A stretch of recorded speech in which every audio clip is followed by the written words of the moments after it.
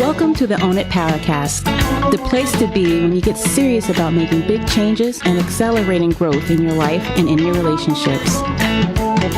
Finally create the life you've always wanted, living life on your own terms. Learn how to take your fear and turn it into powerful choices that will create sustained change. Now your host, Mary Baker. Hey everyone, welcome back to the Own It Powercast, the place to come to get what you need to move yourself forward. Hey, it's Mary Baker and welcome to episode 192, Healthy Habits, Simplifying Nutrition for a Better Life. Well, welcome back to our month, as you know, has been all devoted to self-care, because taking care of ourselves can mean so many different things. In the first half of the month, we talked about healthy boundaries and self-discipline, and how to love yourself enough to have a wellness plan. But this leads us now into the second half of the month, which I'm excited to be spending with my colleague and dear friend, Michelle Buckingham. I've seen her great work over the years, and I'm just so happy to be able to share her with you. So confusing nutrition and wellness information can make feeding yourself properly seem like a really overwhelming task. Michelle says it shouldn't be that hard. You may know what to do, but not know how to do it. So today I have Michelle Buckingham, M.A.R.D. LDN, registered dietitian and wellness coach. She specializes in simplifying all this information and making it easy to apply in the real world, your own life. She helps everyone from people with diabetes and high cholesterol to folks who simply want to stay well. As a registered licensed dietitian nutritionist, with over 23 years' experience, she loves helping folks regain the joy of eating and wellness in the context of their everyday lives. Some of the things that Michelle's clients love to have her help with are personalized meal planning, one-on-one counseling, wellness resources and referrals, lifestyle management, and medical nutrition therapy. Over the many years I've known her and seeing the success she has had helping people get healthier, lose weight, and to finally begin to feel so much better about themselves, I am so excited to finally have her here on the show. We had so much to talk about, and I wanted to make sure that you got as much good stuff from her that you could. So we actually split this into two parts. So make sure you also tune in next week for part 2. All right, so here we go. Here's my first interview with Michelle Buckingham. Well, I finally got you on the show. It's taken forever. I've been wanting you on the show because I remember back in the day when I bring you into groups, especially the women's group, whenever you were in, you could hear a pin drop. People were just sponging up everything you had to share. The beautiful way that you've always taken the shame and guilt out of wellness and eating right and taking care of yourself. So I think that's one of your gifts. So thank you, first of all, for being here. Well, thank you for saying all those lovely things. That's so sweet. So, tell me why you love this work. What made you get into this work? And what has been, I guess, most profound for you over the years helping people?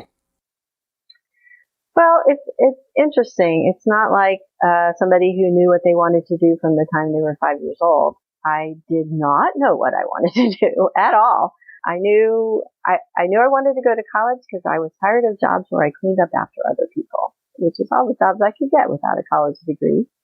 So I was talking to some friends and somebody said, nutrition might be something you should look into.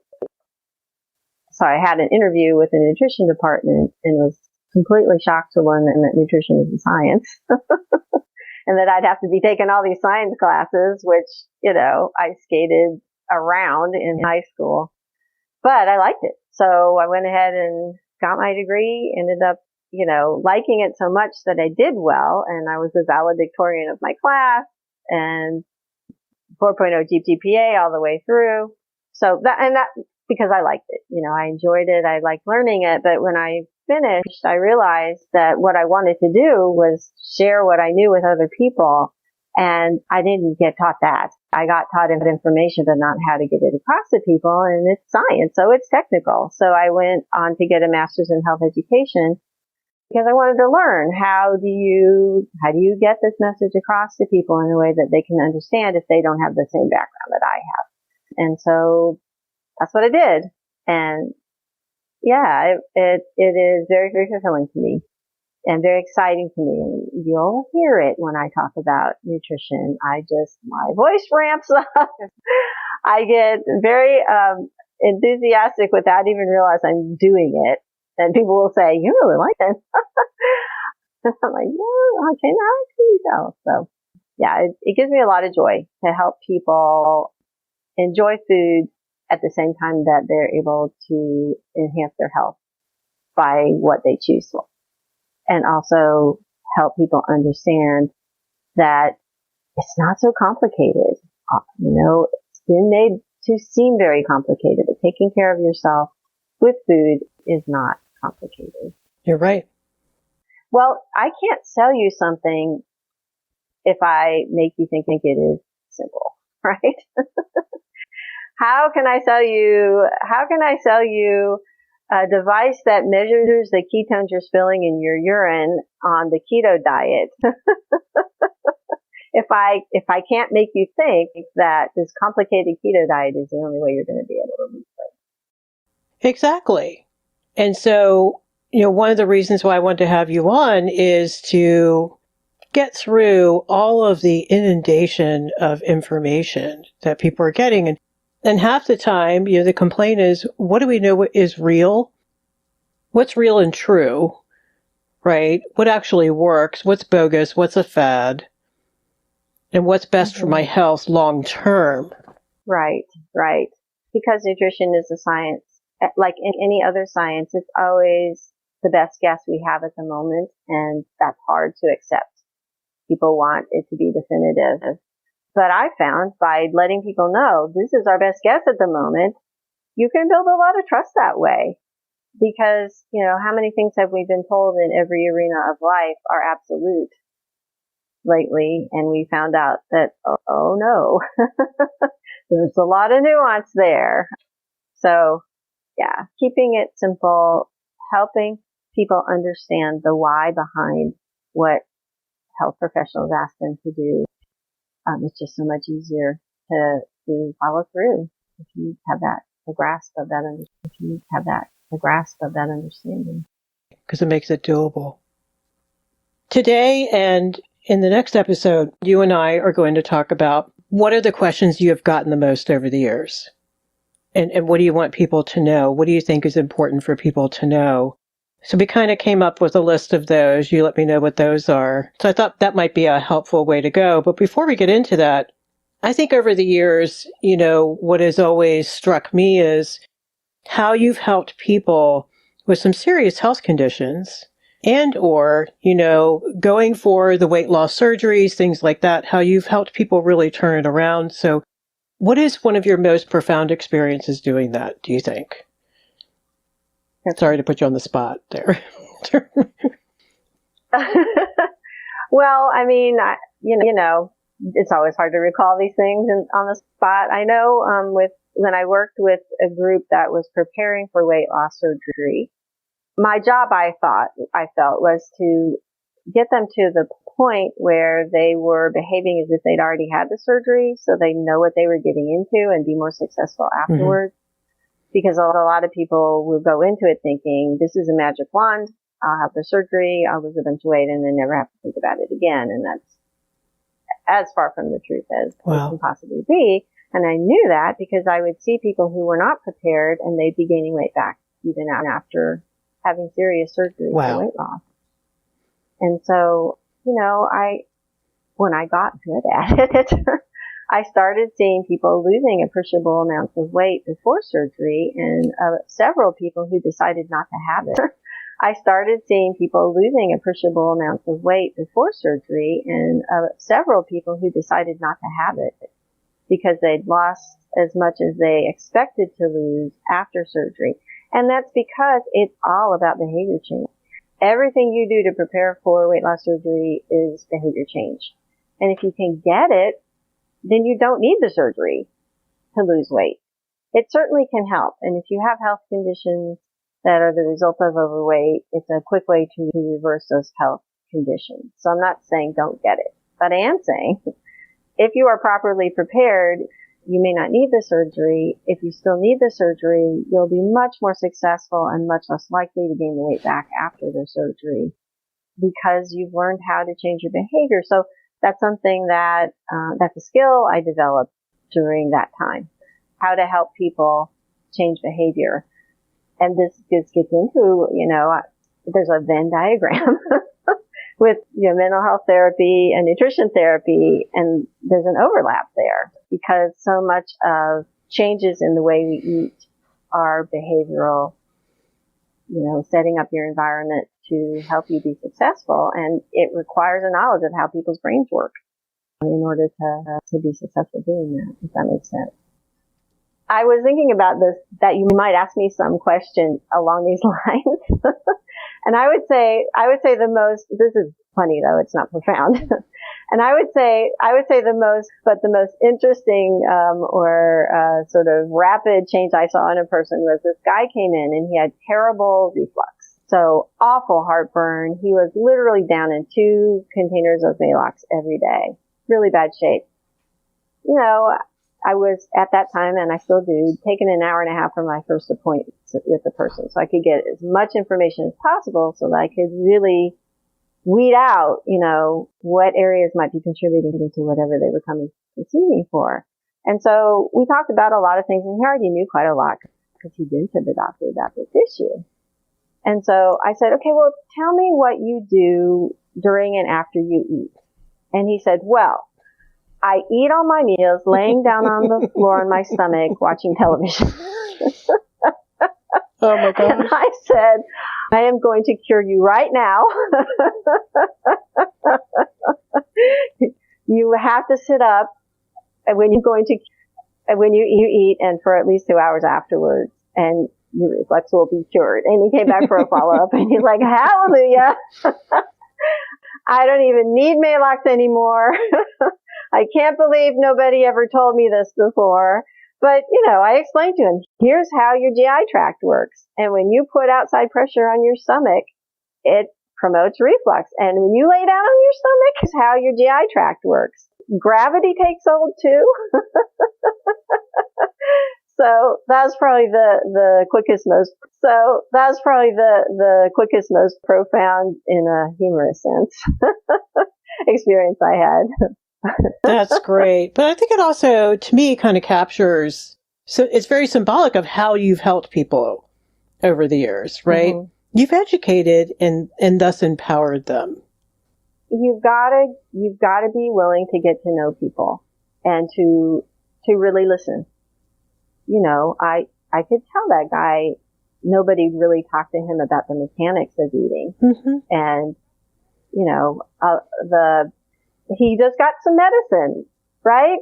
So there was a Band-Aid put on the problem, but the problem wasn't looked into. And so when you spend some time with people and really listen, I had a patient this week who she has all kinds of GI issues too. And as you know, Mary, your thought processes produce hormones which really affect your GI tract. And she's trying to lose weight, and she was talking about how we talked about when she eats foods that she knows in the quantity she eats them are not in her best interest. What's behind that? And she was saying that she's moved to this area recently. She knows anybody. She's pretty lonely. She works from home, and she really misses her mom. And she and her mom used to grab a bag of potato chips and sit on the couch and watch a show and eat potato chips together. And so when she misses her mom, she wants to eat these foods, right? So I was team teaching with somebody, with somebody else, right? And they didn't pick up on that, but I did because that's my focus. So I said, listen, let's talk about that. You are lonely. You're sad.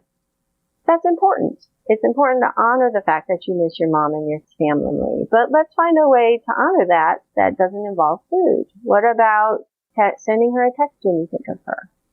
Or what about starting a letter and writing a couple sentences every time you think of her?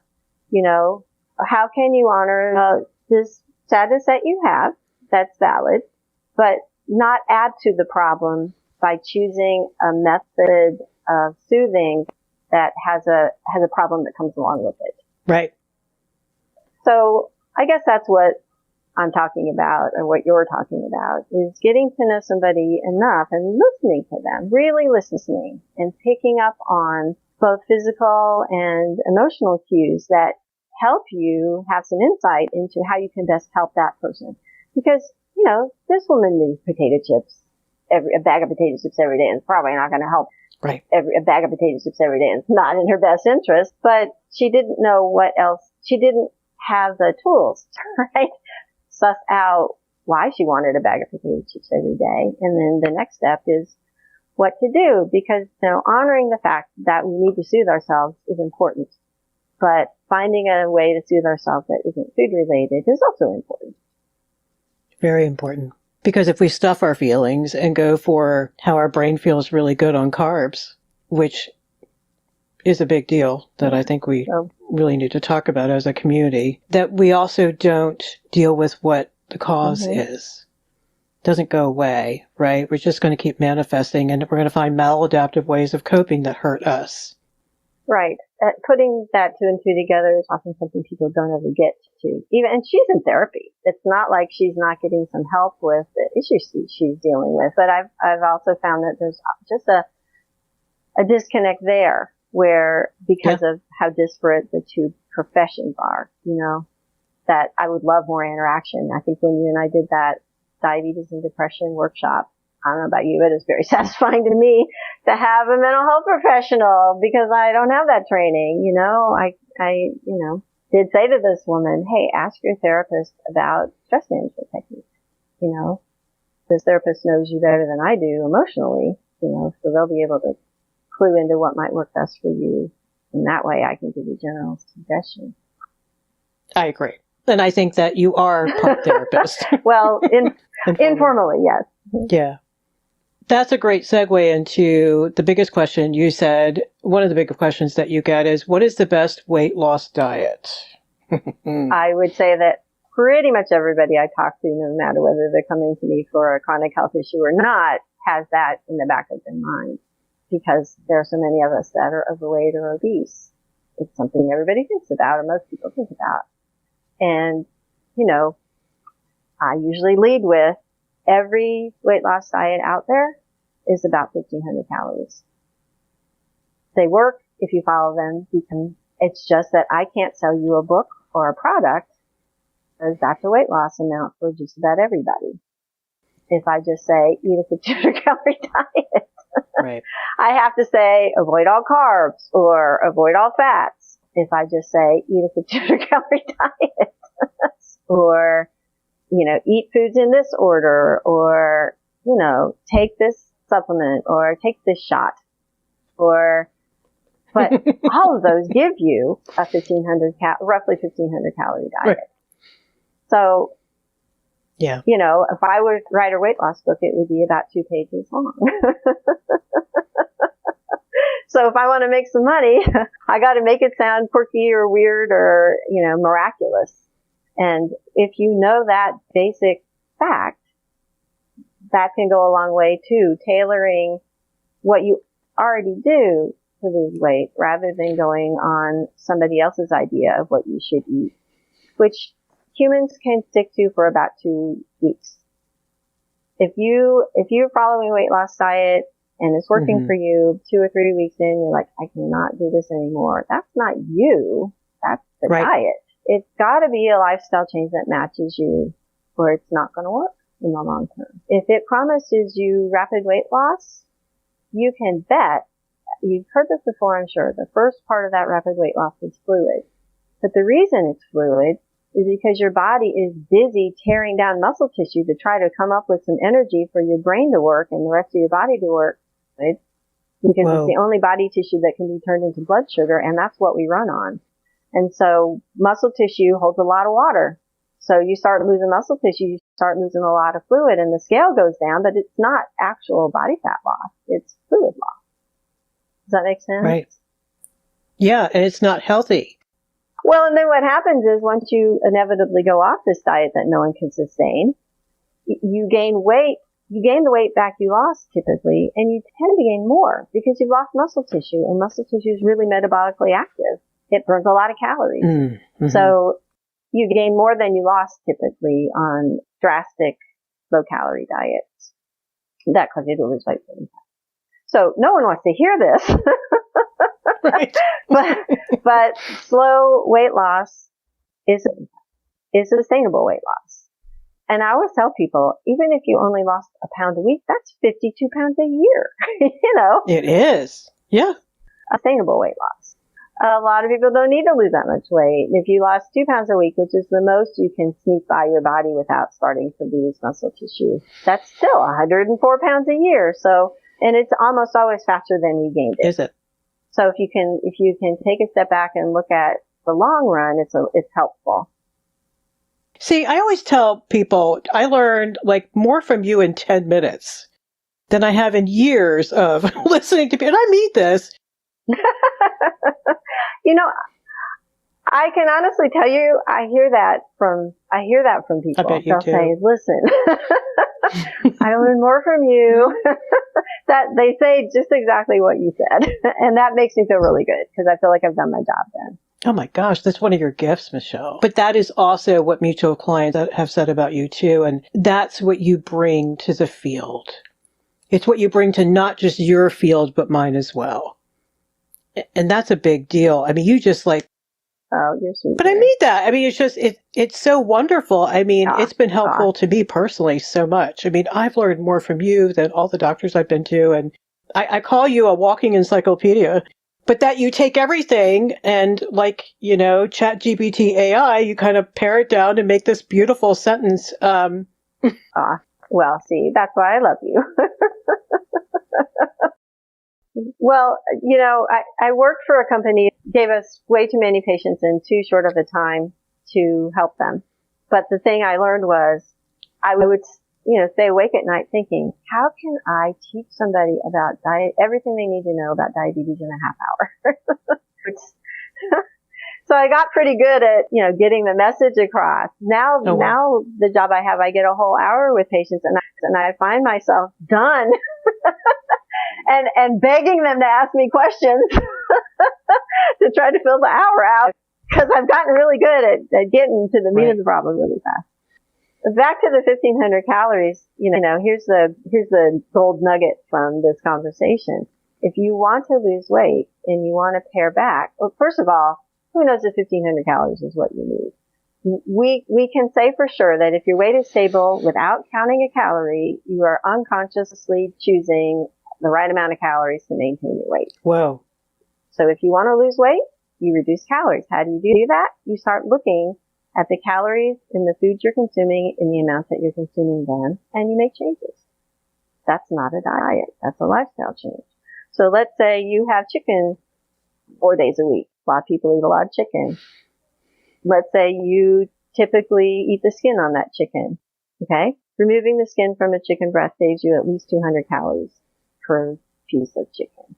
If for every 100 calories you cut back a day, that's 10 pounds a year you can lose. Theoretically, because we'll talk about chicken. For every 100 calories you cut back a day, that's 10 pounds a year you can lose. Theoretically, because we'll talk about some other things that factor into weight management. But theoretically, 100 calories a day less, right? So you take the skin off the chicken 4 days a week. Right. Each of those days, that's 200 calories. If you did 200 calories a day every 4 days a week, just 200. That's a couple of Oreos. That's 20 pounds a year from just cutting back 200 calories. Mm-hmm. Does that make sense? And it doesn't have to be, you don't have to say, okay, chicken skin, I'm never eating you again. If you like chicken skin, maybe you'll decide, okay, half the time I eat chicken, I'm taking the skin off. Or maybe you decide, I really don't care about chicken, like chicken skin. Maybe you'll decide, okay, half the time I eat chicken, I'm taking the skin off. Or maybe you decide, I really don't care about chicken skin, that one can go. Right? Or I don't know. You decide, well, I usually eat dark meat chicken, I'm going to eat more white meat chicken. So you haven't even changed the skin on the chicken, but you're getting a lower calorie version of chicken. So the point is there's a bunch of ways that you can cut back. And it doesn't have to be any particular way. So if chicken skin is your favorite, I'm not going to suggest you take the skin off the chicken. We'll go somewhere else. You know, we'll look at your beverages. Are you getting, and this is no exaggeration, 1,000 to 2,000 calories a day from your beverages? Yep. That's not uncommon. And it's not always soda. A lot of people get that from juices. You know, where... Repeat that, please. How much was that? Sorry. Can you say that again? And it's not always soda. A lot of people get that from juices. Mm-hmm. Oh, I've had many, many patients who consume 1,000 to 2,000 calories a day from beverages. And it isn't always soda. People think that juice, because it's all natural, is healthy, and we think healthy means low calorie. And so I might ask a person, well, are you willing to do anything there? And if the answer is no, we move on, first of all. If the answer is yes, there are options. Could you choose diet soda? No, you hate diet soda? What if you mix diet and regular soda? You're still cutting your calories in half. You know, no, you won't do that? Okay, what if you cut your soda intake in half? Well, or what if you had soda every other day? All of these things are ways to cut back on your calories without feeling deprived. Because as we know, as soon as you feel deprived, it builds up cravings, and those cravings will need some kind of way to be satisfied. So I call this making reasonable choices, right? You're just trying, it's not a diet. It's, well, what's reasonable here? And sometimes that's right. Sometimes that's not just you. You're talking to your family. Hey, family, you know, I notice we eat a lot of cookies. Let's find a way to cut back together. Maybe we could buy 1 box of cookies a month and divide it up in little baggies among each other and divide it up in little baggies among each other. And here's your baggie, here's your baggie, here's your baggie. You can eat them all today, or you can have one a day through the end of the month. But once they're gone, we're not buying cookies again until next month, right? There's just so many ways you can make changes that match you and your lifestyle and your family. Yep. And don't make you feel deprived. And that leads me to another point, if I may use it. For a long time, and do you remember the movie Super Size Me? Where the guy went on McDonald's, all he ate was McDonald's after eating right, and talked about how not just his body changed, but he hated McDonald's, and by the end of this, he loved McDonald's. And I've had the opposite conversation with a lot of patients. Mm-hmm. Well, I'll help them reduce, for example, their fast food intake. And after a while, they'll say something along the lines of, I don't even want it anymore. Fast food I can't believe I ate that stuff. I don't even like to drive by a fast food restaurant. It makes me sick to my stomach to think about it. And for a long time, I'm like, okay, I know this is happening, but what is going on? And that leads me to another factor in weight management, and that is that the bacteria that live in our intestinal tract will tell us, they will send hormones that affect our brain and tell us what we want to eat. And so when you start to habitually eat fast foods, the bacteria that live in our intestinal tract that like that stuff will predominate. And they will overpower the guys who want carrots and set up cravings for fast food. And it becomes very satisfying because these bacteria are telling you, it's like you got little automatons in your stomach telling you what to eat. And when you cut back and then cut, bacteria are telling you what to eat. And when you cut back and then cut those foods out, those guys die out. And the guys that like the healthier stuff start to predominate. And it becomes those foods out, those guys die out. And the guys that like the healthier stuff start to predominate. And it becomes way more enjoyable to have a salad than it was before. So, and again, unfortunately, this takes patience and time. But it happens. I've heard it. I can't even tell you how many times I hear this from people, you know, when they start to make changes, how they just don't want. That's my goal for them. I want to hear them say to me, I'll say, what about cutting back on soda? They'll come up with a plan. Just don't want. That's my goal for them. I want to hear them say to me, months later, I'll ask them how it's going, and they'll say, I haven't had a soda in 3 weeks, and I don't care. I don't want one anymore. So, yeah. I don't want one anymore. And it's a couple weeks, isn't it? Usually that people, I know for me, it's been a couple of weeks I've noticed. It takes a while, and it takes feeling like you're 100% in control of whether you have a soda or not.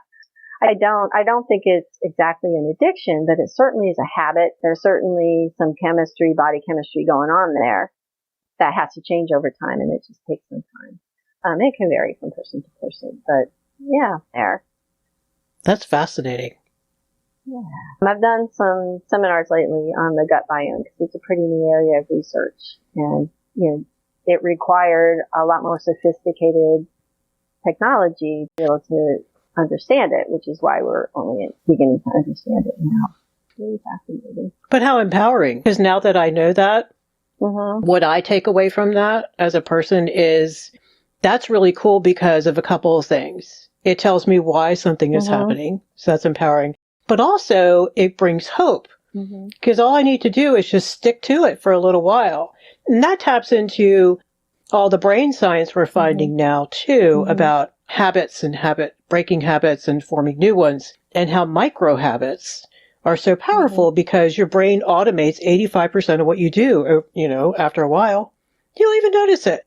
Just do it. You drive a car, you ride a bike, you take a shower, you wash the dishes. You hopefully don't think about how to do these things. And so if you just do one incremental change at a time, and this is the same thing in mental health and personal growth, right? Just do one change at a time, fold that into the batter till you don't even see it anymore. You organically are going to want more and better, aka the Diderot effect. That's going to feel really good. So let me go and make this even one better. So if I was your patient and I'm like, yeah, no, I'm not giving up soda. Are you high? I'm just not giving that up, right? I can't give that up, Michelle. So we start over here with something else. Like I can see myself giving up. Yeah. Well, once I feel really good about that and start feeling the benefits, I'm eventually going to get to that soda. How does it all fit together, though, if you're talking about, can you talk about the impacts of sleep and exercise and stress management in terms of health and wellness and weight loss and all that? Well, and I take it a step further. I don't actually tell people what to do unless they say, I can't come up with anything. I will say, we've gone over a whole bunch of possibilities. You tell me what you're ready for, and it's often something that I would pick something else. Something that's going to have a more immediate impact, but it's their life. And if they feel like it's being imposed on them, they're not going to follow through. And so, you want to get the knowledge about what's going on in your life and then make changes based on what's valid for you in the moment. And that may not be what's valid for the health practitioner you're working with. And it may work better for you. Like you said, you pick something unrelated or adjacent. It may work better for you. It may be instead of cutting back on soda, I've had people do this where they increase their water intake and in effect that cut back on their soda intake because they weren't as thirsty. So, there are simple principles that you then can apply to your own life if you understand them. Wow. I like to start with stress. I talk about stress management a lot with my people. And there are a couple of ways that stress can impact health and food choices. The first is that we are hardwired to seek out food when we feel stressed or when we feel bored. It's not a character flaw, it's a hardwiring. And that's because, in our ancient past, stress meant there were probably marauders coming or wild animals coming, and we don't know when we're going to get food again, so we better eat the highest calorie food in the highest quantity we can so that we survive. And our brain just hasn't evolved enough to say, how your boss is asking too much of you? That's not a crisis and you don't need to eat. No, our brain says, where's the chocolate? And notice, our brain is not going, where's the apple? Our brain is saying, where are the potato chips? Where's the chocolate? Right? Because those are high calorie, easy to eat foods, and that's what we would have needed in ancient times. So the first step is to give yourself a break, because people will feel bad about themselves that they eat unhealthy foods when they're stressed. So, take a step back and go, oh, ancient brain. And then when it nags at you to go get some chocolate and you know that you just need some stress relief, you can laugh. You can say, ha ha, ancient brain, you silly thing. I'm going to go do some deep breathing. See you later. So, and boredom is the same. I don't know the mechanism behind that, but I do know that we are hardwired to food is something our brain tells us to seek for all kinds of reasons. Because think about it, even in my parents' generation, they went through the Depression. They didn't have food readily available all the time. So it's not been very long that food was so cheap and so high calorie. And look at us, right? We are the results of that. Our brain will tell us to eat when we're tired. Our brain will tell us to eat when we're thirsty. Our brain will tell us to eat when we're stressed or bored. So recognizing that is a huge step, because then you can take a step back away and go, hey, brain. I always tell my patients, if you're reaching for food and it's not mealtime, ask yourself if you're hungry. And if the answer is no, ask yourself, well, what do I need? What do I need? You want to help your body get what it needs. If you think, I didn't sleep very well last night, I'm really tired, can you take a little nap? If you're really feeling stressed, can you do some deep breathing or write in a journal, or what can you do that will relieve stress? And believe me, this isn't going to happen overnight. So, you got a chocolate in your mouth and you're going, oh yeah, I was supposed to deep breathe. And then a week later you're reaching for the chocolate and you're going, oh yeah, I'm going to go deep breathe, right? And eventually reaching for food is not your first or second or third or fourth thought, but it takes time. I know I keep saying that, but we do need to be patient with ourselves when we're making these changes. So stress hormones affect health by telling us to eat unhealthy foods. But again, recognizing that and then developing a new habit to honor that whatever need your body is telling you it has when it truly isn't food is important. That really helps. Also, stress hormones tend to cause us to gain weight in our abdomen, cortisol in particular, and can cause us to gain weight on an amount of food that normally wouldn't cause us to gain weight. So again, stress management helps reduce those stress hormones. And you may have a favorite, Mary, that you want to share. Mine is deep breathing, just because it's easy to learn and easy to implement, which is remembering to implement it. That's important. And I don't know if you saw, there was a study, I think it was released last year, where it was a decent study, nice size number of participants, where they had people, they did some brain imaging, and then they had people, regardless of the stress level, do 10 deep breaths 3 times a day. And I think it took about 3 months. They started to see that the amygdala, which is the part of the brain that responds to stress, was shrinking. Yeah. So it is a physiological response that our body has. And if you think about it, the stress response prepares us to fight or to run away. That's that fight or flight thing. You know that. So in order to fight or run away, our heart rate has to go up and we have to breathe shallowly and rapidly for oxygen exchange. Our pupils dilate. And so when you breathe deeply, you're telling your body, no, everything's fine. Because you wouldn't do that if things were, if you really needed to fight or run away. So physiologically, it does change the chemistry of your body and really helps with stress management. Mm-hmm. It really is. And what I like about it is, again, like you said in the beginning of the show, it's so much more simple than we want to think it is, but also very empowering, because that's something you can do no matter where you are. You can do it and you can take your power back. And that's kind of what my whole podcast is about. Like, own it, take your power back, do what you can and focus on what you can do. Yeah. Yay. Very good. Releasing a whole different set of chemicals. Yep. To counteract. Right. So, bottom line, giant step back, stress management is the bomb. Right. Well, you could be doing deep breaths right now and I wouldn't know it. Exactly. And I was just here thinking, it's funny that you're saying this now, because I was over here thinking about so many of us struggle with the black and white and the all or nothing thinking, right? Because with my clients, it's the same thing. So it's got to be perfect or it's horrible. If I didn't do 50 things this week I wanted to do, then I blew it. And that's not true. And then all that fear comes up as in, well, I blew the diet, I'm screwed. Things like that. And that's not true. what's true is, reality is in the gray, like you said. Mm-hmm. That's a really good point. And it's not something I've articulated well, but it is what I'm trying to say when I say, if we go over all the things you might do to make a change, but you pick what you're ready to do, you've got the power. You've got the power. And if that's not working out, and I tell people this, okay, your goal is to have lunch every day. Do you think that it's realistic to do it every day, 5 days a week? What is your, and then they start to think, well, you know what?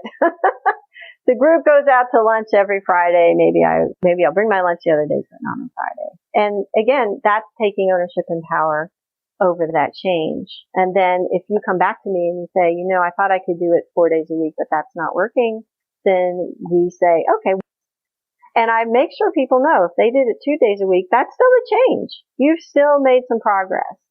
And, if you pick a different topic, you might make a different kind of progress. Because some things are easier and harder for individuals to do. So, and I also tell people, get a calendar you can see and write down what you did so you can look at it and have a visual that says, hey, I'm making progress. Look, because people will come to me and they'll come back and they'll say, well, I didn't really do anything since we talked last. And I'm like, okay, well, tell me what's been going on. And they'll list 5 things they actually made improvement in. And I'm like, hey, you're selling yourself short. Exactly. Some weeks are going to be better than others. Some weeks you're going to walk more, you're going to eat better, and then the next week you fall off the horse a little bit. I mean, you have to look at what's realistic and what's sustainable. And I love what you said is like, because I ask people the same thing. It's like, what do you think you can do? Because I personally believe if something's on your radar, that you're ready to do that. Even if it's just such low hanging fruit. And so I think just really emphasizing that do what you can see yourself doing. And I love the example of the person bringing lunch on some days or not. That's more realistic and it's going to set them up for success because empowerment comes from doing. And we know with boundary setting, start with the little ones. Because then you're going to build muscle memory. It's going to feel really good to set those boundaries. And then you're telling your subconscious, look, I can do this, which means therefore I can do all these other things too. Right? That's just how humans are. Yeah. Incremental. Yeah.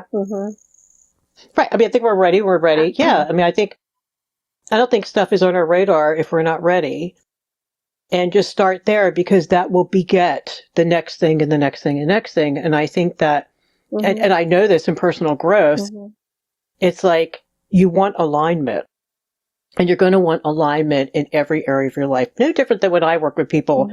And let's say we start with personal relationships. Well, eventually they're like, Mary, I went to work today, realized what a jerk of a leader I was. Or, right? Or I wasn't the best colleague I could be. And doing all this work, I noticed that I'm setting better boundaries with people at work.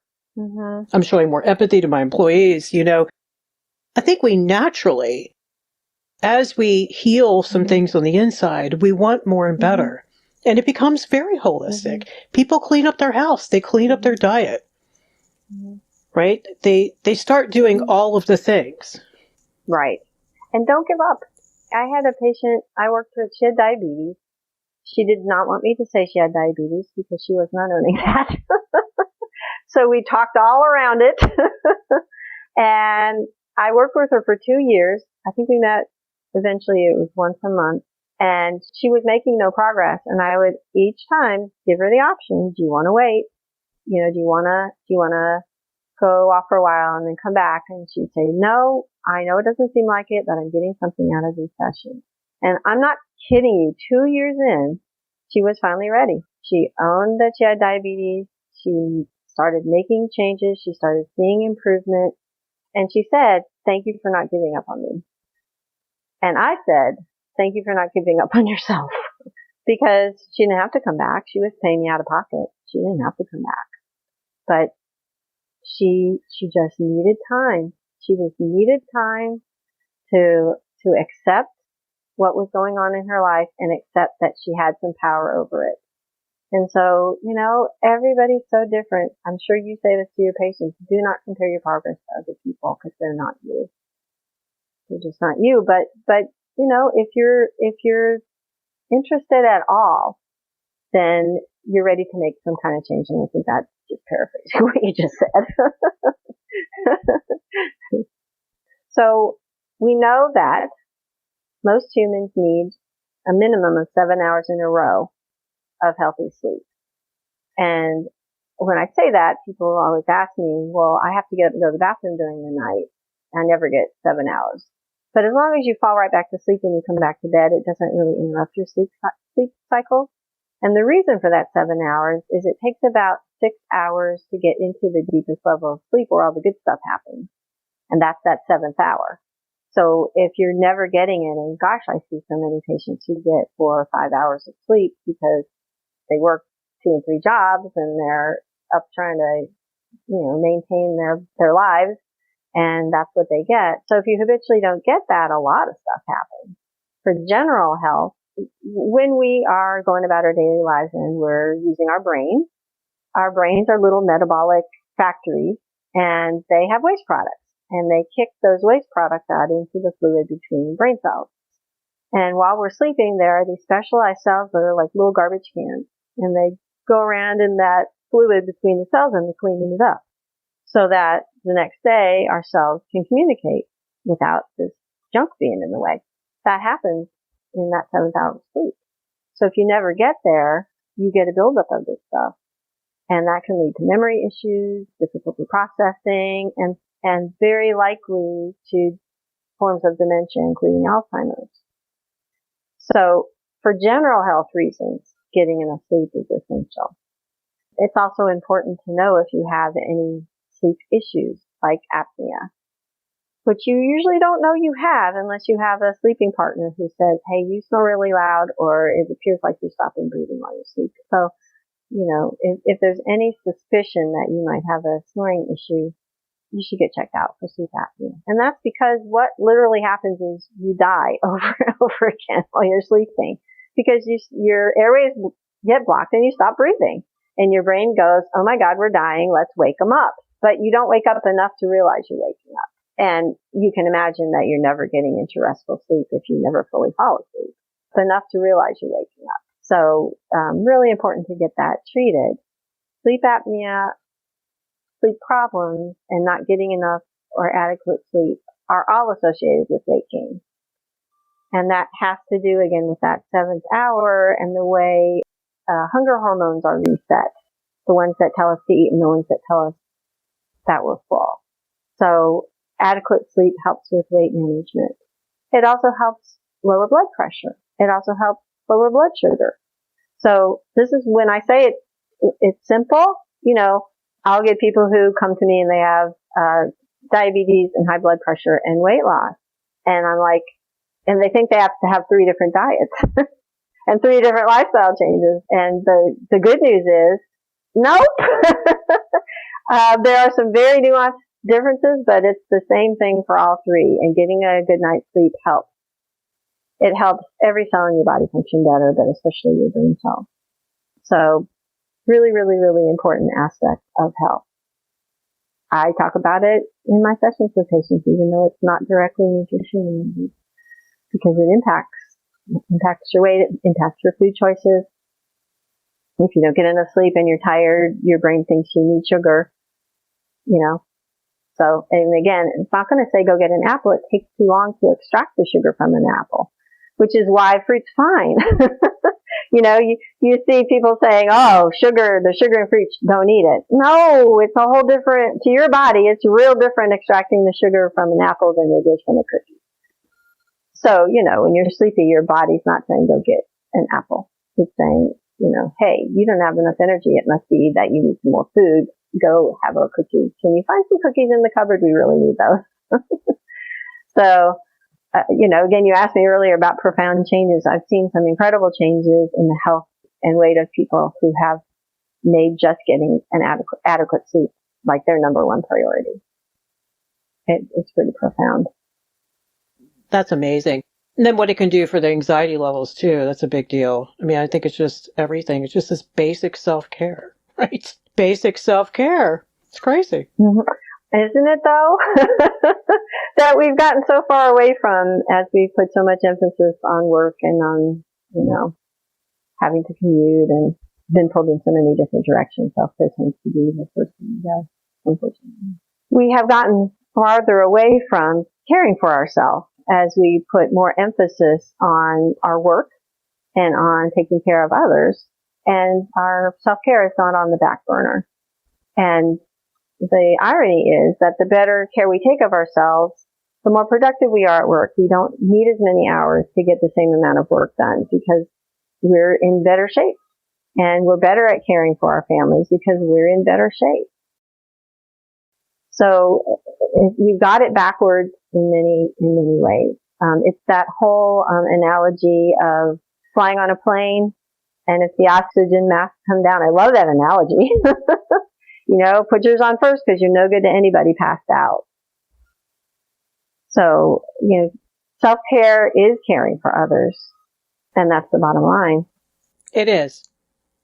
And I said on the show last week, I always say I think it's 1,000 times more selfish when we don't take care of ourselves. And sometimes it does get to the point where you're in the ICU and your whole family's got to be there freaking out because you didn't take care of yourself, right? Wow. That is a lot of great, great stuff. We're going to be doing part 2 as well. So don't worry, guys. There's more to come. But Michelle, thank you so much for all of this wonderful wisdom today. Well, thanks for giving me the opportunity to share what I know. It's my joy in life, for sure. Oh, I can tell. We were talking earlier about how you light up. So how can people find you and, how do you work with people these days? Can you tell me a little bit about that, how that works? Yeah, so there's a website it's a platform called healthprof.com. And if you type my name, Michelle Buckingham, in, I'll come right up. And there are ways to contact me there, email and phone. I do have a Facebook page. It's called Simple Steps Wellness. It hasn't been too active lately. There's some good stuff on there, that ages very well. And I'll probably start posting more things. Those are the best ways to contact me right at this minute. And you do virtual? Yep, all virtual, both phone and video, depending on what you prefer. Okay, that's great. So anyone around the world can contact you and talk to you. Right. So the thing is that my profession is licensed, like yours, and so right now I can talk to people about what's called medical nutrition therapy for anybody in Maryland, DC, or Virginia. If you live outside of those areas, I can do a modified session, which is called health coaching or nutrition coaching. So it's a little less personalized. We're not going to look at the lab work and that kind of thing, but it's also legal. Right.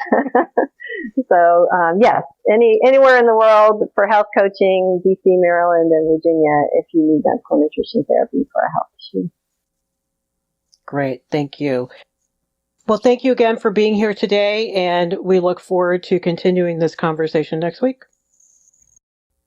Well, thank you so much, Michelle. Today we talked with dietitian and wellness magician, Michelle Buckingham. I just love listening and learning from her always, and I certainly hope you did too. Make sure you check out her Facebook page, and even if you're not in need of wellness coaching, pass her info on to those you love who you know could really benefit from working with her. Her info is in the show notes, so be sure to check her out. Thank you so much for hanging out with us today. I hope it inspired you to get back on or stay on the wellness train because you deserve it. We all do.